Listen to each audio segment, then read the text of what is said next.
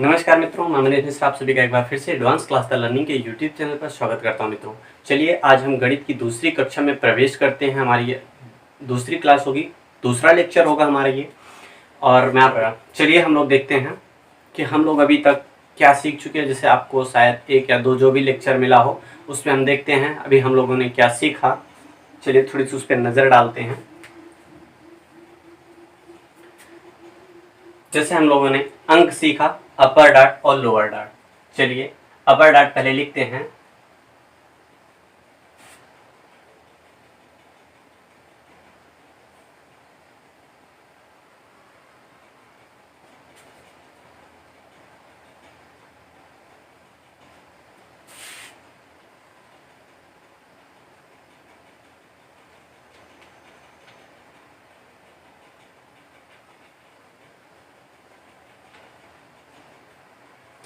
आप देख पा रहे होंगे 0 1 2 3 4 5 6 7 8 9 आपको दिख रहा होगा। चलिए अपर डॉट देखते हैं। जैसे आपको पता है, आप लोगों ने अपर डॉट लिखा है, पढ़ा है, जाना है आप लोगों ने। जीरो क्या होता है? 2 4 5। एक का एक होता है, दो का एक दो होता है, तीन का एक चार, एक चार पाँच, एक पाँच, एक दो चार, एक दो चार पाँच,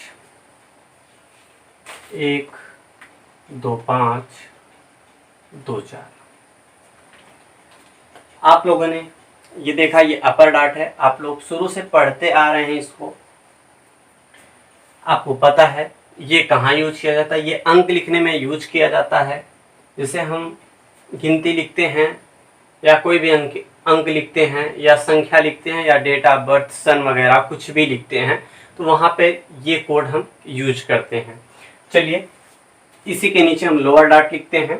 आपको पता है कि लोअर डॉट हम लोग कहाँ यूज करते हैं? मैथमेटिक्स में जो यूज करते हैं। चलिए लोअर डॉट जैसे आपको बताया गया था, सीधे एक कम कर देना है। जैसे यहाँ 2 है कि हो जाएगा 3,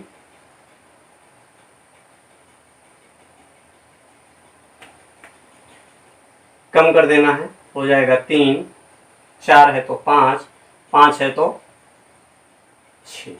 ठीक, एक का होता है 1 तो हो जाएगा 1 का 2, 2 का है 1 2 हो जाएगा 2 3, 3 का है 1 4 हो जाएगा 2 5, 4 है हो जाएगा 2 5 6, 5 है 2 6, 6 है 2 3 5 हो जाएगा, 7 है 2 3 5 6 हो जाएगा, 8 है 2 3 6 हो जाएगा, 9 है 3 5 हो जाएगा।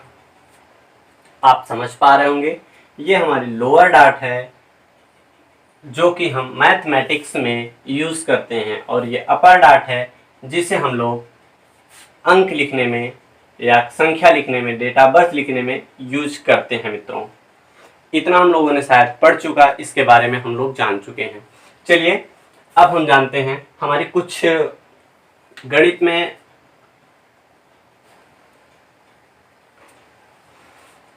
चलिए हम लोग देखते हैं गणित में कुछ नियम हैं। जो पहले हम नियम देख लेते हैं, समझ लेते हैं, उसको जान लेते हैं, उसके बाद फिर आगे बढ़ते हैं हम लोग, क्योंकि नियम जानना जरूरी है दोस्तों। उसके बिना हम मैथ कर तो लेंगे लेकिन कहीं कहीं हम गलती कर देंगे। हम डॉट्स कितना भी रट लें, याद कर लें, लेकिन कहीं ना कहीं हमसे गलती हो जाएगी। तो नियम जानना जरूरी है। और वैसे भी आपको पता है, जैसे आप मैथ करते हैं तो मैथ में आपको पता है कि हमें सूत्र वगैरह मालूम होना चाहिए, तभी हम अच्छे से हल कर पाते हैं। वही यहाँ भी है। चलिए हम देखते हैं, इसका नियम है।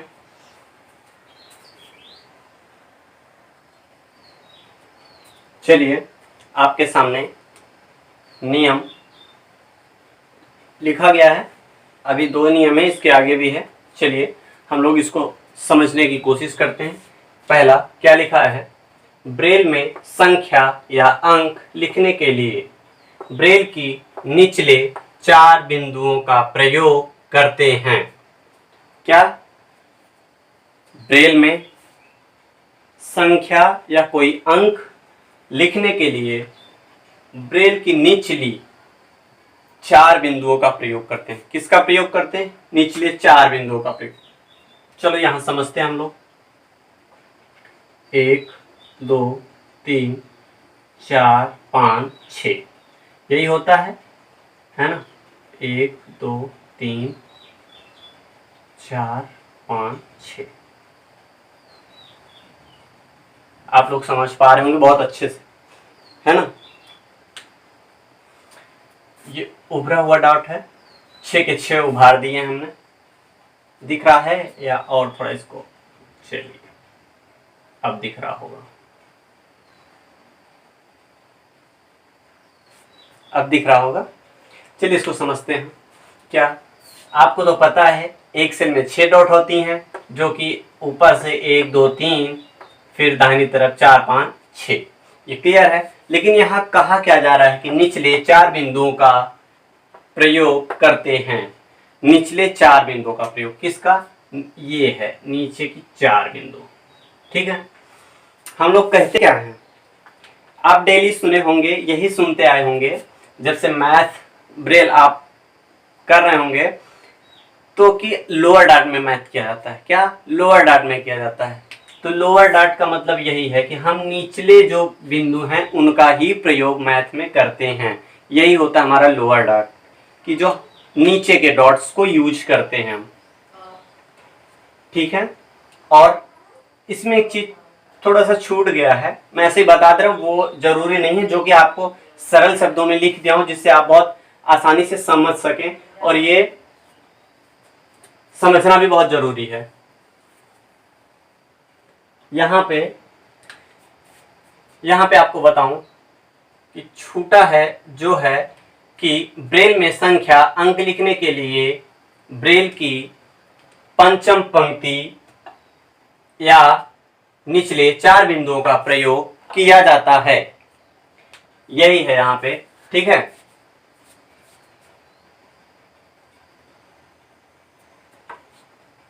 बाहर आगे बढ़ते हैं हम लोग। सेकेंड क्या लिखा है? मुख्य पृष्ठ एवं संख्या पृष्ठ के लिए अंक लेखन हेतु ब्रेल की प्रथम पंक्ति का ही प्रयोग किया जाता है, ठीक है। मुख्य पृष्ठ एवं संख्या पृष्ठ, मुख्य पृष्ठ एवं संख्या पृष्ठ, ये समझ में आ रहा होगा, है ना? किसका? अंक लेखन हेतु। अंक लेखन हेतु, अभी हमने यही कहा था ना आपसे, अंक लेखन हेतु प्रथम पंक्ति का ही प्रयोग किया जाता है। किसका? प्रथम पंक्ति का प्रयोग किया जाता है, ये ऊपर वाली लाइन, ठीक है। जैसे यहां फिर से मैं बना दे रहा हूं, आप अच्छे से समझ लीजिए से है क्या ये। अगर आप बेसिक स्टार्टिंग अगर आप अच्छे से समझे रहेंगे तो आगे आपको किसी भी प्रकार की दिक्कत नहीं होगी। और हम ये चाहते हैं अगर आप ACL से जुड़े हैं तो आपको इतने अच्छे से तैयार किया जाए, इतने अच्छे से बताया जाए कि आपको और कहीं भटकने की जरूरत ना हो, अच्छे मार्क्स गेन कर सको। चलिए इसको देखते हैं। वही चीज यहां भी है, 1 2 3 4 5 6, लेकिन यहां कहा क्या गया? मुख्य पृष्ठ, यह भी बताते हैं पृष्ठ अंक लेखन हेतु ब्रेल की।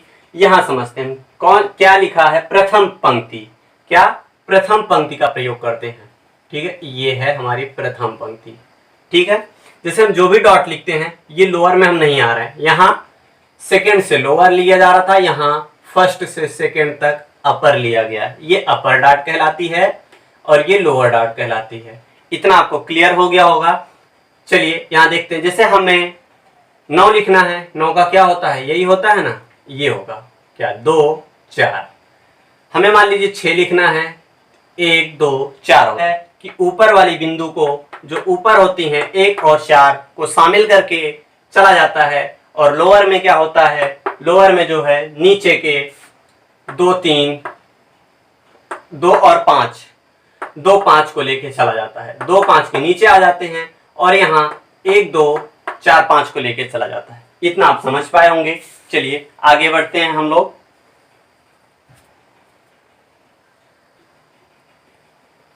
चलिए आगे बढ़ते हैं हम लोग। चलिए देखते हैं थर्ड यूनिट क्या है? प्रत्येक संख्या को लिखने से पूर्व संख्या सूचक चिन्ह लगाया जाता है तथा इस चिन्ह की वैधता तब तक बनी रहती है जब तक कि एक खाली स्थान या कोई संक्रिया चिन्ह पंक्ति के शुरू में अथवा पंक्ति के बीच में खाली स्थान के बाद आए। ठीक है, समझ में आया होगा शायद आपको। चलिए देखते हैं क्या है। प्रत्येक संख्या को, क्या प्रत्येक संख्या मतलब कोई भी संख्या लिख रहे हैं से पूर्व, कोई भी संख्या लिख रहे हैं उसके पहले क्या संख्या सूचक चिन्ह, किसकी बात कर रहा है? संख्या सूचक की बात कर रहा है। जो सूचक चिन्ह होता है, सूचक चिन्ह शायद जब आपको बताया गया होगा तो ऐसे कुछ बताया गया होगा, है ना। अभी बताते इसके डॉट लगाया जाता है। ये तो आपको पता है कि कोई भी संख्या लिखनी होती है, जब तक हम संख्या सूचक नहीं लगाते हैं तब तक वो वैध नहीं होता, मतलब वो संख्या नहीं मानी जाती है, वो अंक नहीं पढ़ा जाता है, वो और कुछ पढ़ लिया जाता है। हम नहीं मानते हैं कि वो अंक लिखा है। जैसे आपको अभी दिखा रहे हैं, जैसे मान लीजिए हमने लिखा है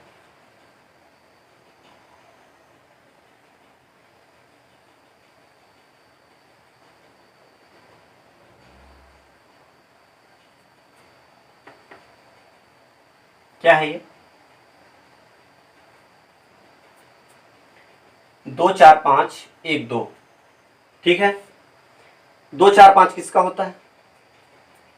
जैसे हम देखते हैं 2 4 5 और फिर क्या है 1 2 किसका होता है? चलिए 0 होता है और ये क्या है 2 होता है, 0 और 2। लेकिन इसके पहले अगर हम संख्या सूचक नहीं लगाएंगे तो कैसे पढ़ेंगे?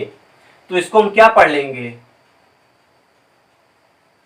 क्या पढ़ेंगे हम? जब पढ़ लेंगे। इसीलिए यहां कहा जा रहा है कि संख्या सूचक चिन्ह लगाया जाता है, संख्या सूचक चिन्ह लगाया जाता है और इसकी वैधता तब तक बनी रहती है जब तक कि खाली स्थान बीच में ना आ जाए या कोई संक्रिया चिन्ह ना आ जाए। संक्रिया चिन्ह आप समझ पा रहे होंगे, जैसे प्लस माइनस गुणा भाग, है ना, जो भी है संक्रिया चिन्ह पंक्ति के शुरू में अथवा पंक्ति के बीच में खाली स्थान, जैसे खाली स्थान आ जाता है, हमने यहाँ लिख दिया, इसके बाद खाली स्थान आ गया, उसके बाद यहाँ फिर भी कोई संख्या लिखी गई। अब ये जो संख्या लिखी जाएगी, जब तक यहाँ संख्या सूचक नहीं लगेगा तब तक वो संख्या नहीं मानी जाएगी, वो फिर ऐसे ही मान लिया जाएगा कि कोई अंक नहीं लिखा गया है, कोई हिंदी या इंग्लिश में कुछ वर्ड लिखे गए हैं। ठीक है, अब इतना आपको समझ में आएगा। 3rd यूनिट चलते हैं हम 4th पे। 4 देखते हैं क्या है। सारणी आदि में संख्या अंक लेखन हेतु, संख्या अथवा अंक लेखन हेतु संख्या सूचक चिन्ह लगाना अनिवार्य है। ठीक है, क्या लगाना अनिवार्य है? संख्या सूचक चिन्ह लगाना अनिवार्य है। अब वही बात हुई ना, जैसे अभी यहां हमने बताया कि जैसे हम लिख दिए और ये नहीं लगाए तो पढ़ा क्या गया? जब पढ़ा गया। तो ये अगर पढ़ा जा रहा है और वही चीज ये कह रहा है कि ये अगर लगा देते हो तो ये नहीं पढ़ा जाएगा, फिर यहाँ ये पढ़ा जाएगा। ये आपको क्लियर हो गया होगा, समझ में आया होगा। चलिए अब हम लोग आगे बढ़ते हैं। चलिए आगे बढ़ते हैं। 5th यूनिट है हमारी, जो छुट्टी थी।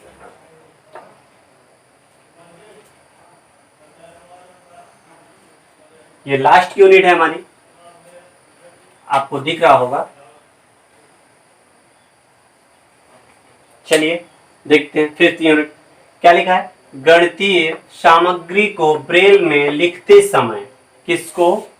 गणितीय सामग्री को ब्रेल में लिखते समय अंग्रेजी अथवा हिंदी संकोचों एवं संक्षेपों का प्रयोग नहीं किया जाएगा।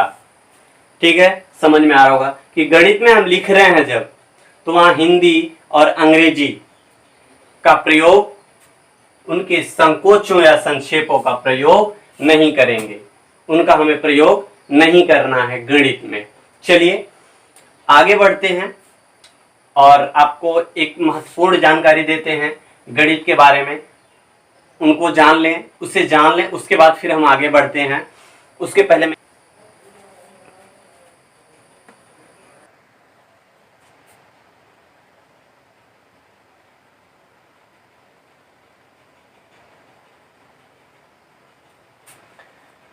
चलिए आगे बढ़ते हैं, देखते हैं क्या लिखा है।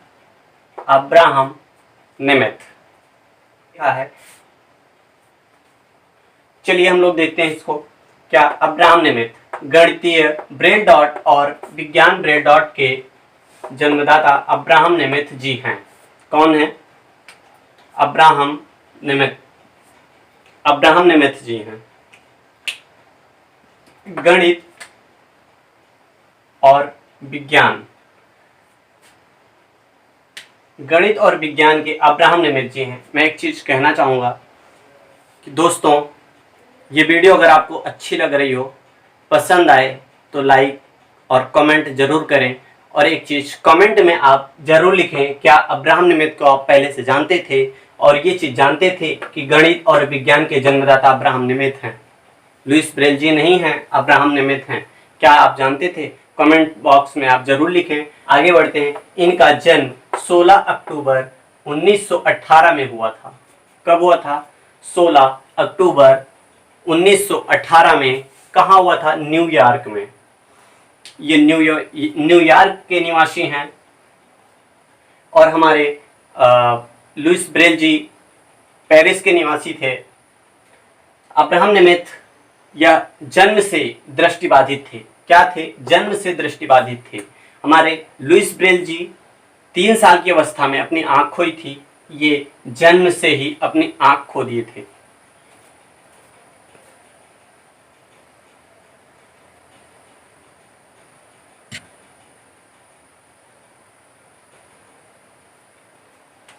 जब इनका जन्म हुआ था तब ये दृष्टिबाधित ही जन्मे थे। आगे देखते हैं। अब्राहम नेमेथ मर्सी विश्वविद्यालय में गणित के प्रोफेसर थे। क्या थे? यह गणित के प्रोफेसर रहे हैं। ठीक है। फिर आगे देखते हैं। इनकी मृत्यु 2 अक्टूबर 2013 में हुई। 2013 में हुई।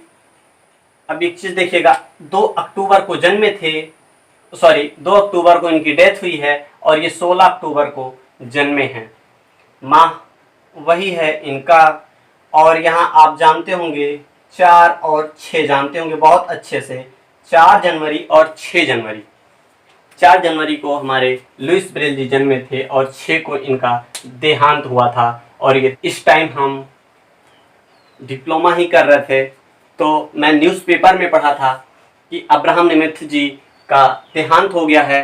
तब मुझे पता चला कि अब्राहम नेमेथ जी हैं। वहीं मैं पहली बार इनको पढ़ा था कि विज्ञान और गणित के जन्मदाता ये हैं। फिर इनके बारे में मुझे जानने की जिज्ञासा हुई, तो मुझे पता चला, आगे पढ़ा मैं, मुझे पता चला कि विज्ञान और गणित के जन्मदाता ये हैं। और अगर ब्रेल स्पेशली पूछा जाता है कि ब्रेल के जन्मदाता कौन हैं, तो हमारे लुईस ब्रेल जी जाने जाते हैं। लुईस जी को आप बहुत अच्छे से जानते हैं, उनको सब जानते हैं। 4 जनवरी को ब्रेल दिवस मनाया जाता है, बहुत अच्छे से आपको पता होगा। चलिए आज हम अपनी क्लास को यहीं विराम करते हैं, यहीं समाप्त करते हैं दोस्तों। और मैं उम्मीद करता हूं आपको वीडियो बहुत अच्छी लगी होगी। नेक्स्ट वीडियो में आपको हम ले चलेंगे, स्टेप बाय स्टेप सब कुछ सिखाएंगे, बहुत प्यार से, बहुत अच्छे से सिखाने की कोशिश करेंगे, सिखाएंगे आपको मज़ा आएगा। और उम्मीद करता हूँ आपको वीडियो बहुत अच्छी लगी होगी। और अच्छी लगी होगी तो दोस्तों लाइक ज़रूर करें और भी अपने मित्रों तक ये वीडियो पहुँचाएँ। आपका ACL आपका ही चैनल है, आपका ACL चैनल आपके लिए प्रतिदिन आपके ही सहयोग में लगा है और लगा रहेगा मित्रों।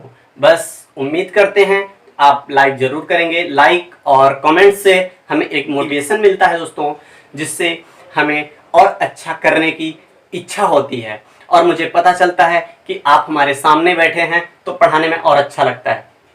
आपको पता है कि कैमरे के सामने बोलना और बच्चों के सामने बोलना, जहाँ कि आप सब बैठे हों, वहाँ अंतर होता है दोस्तों।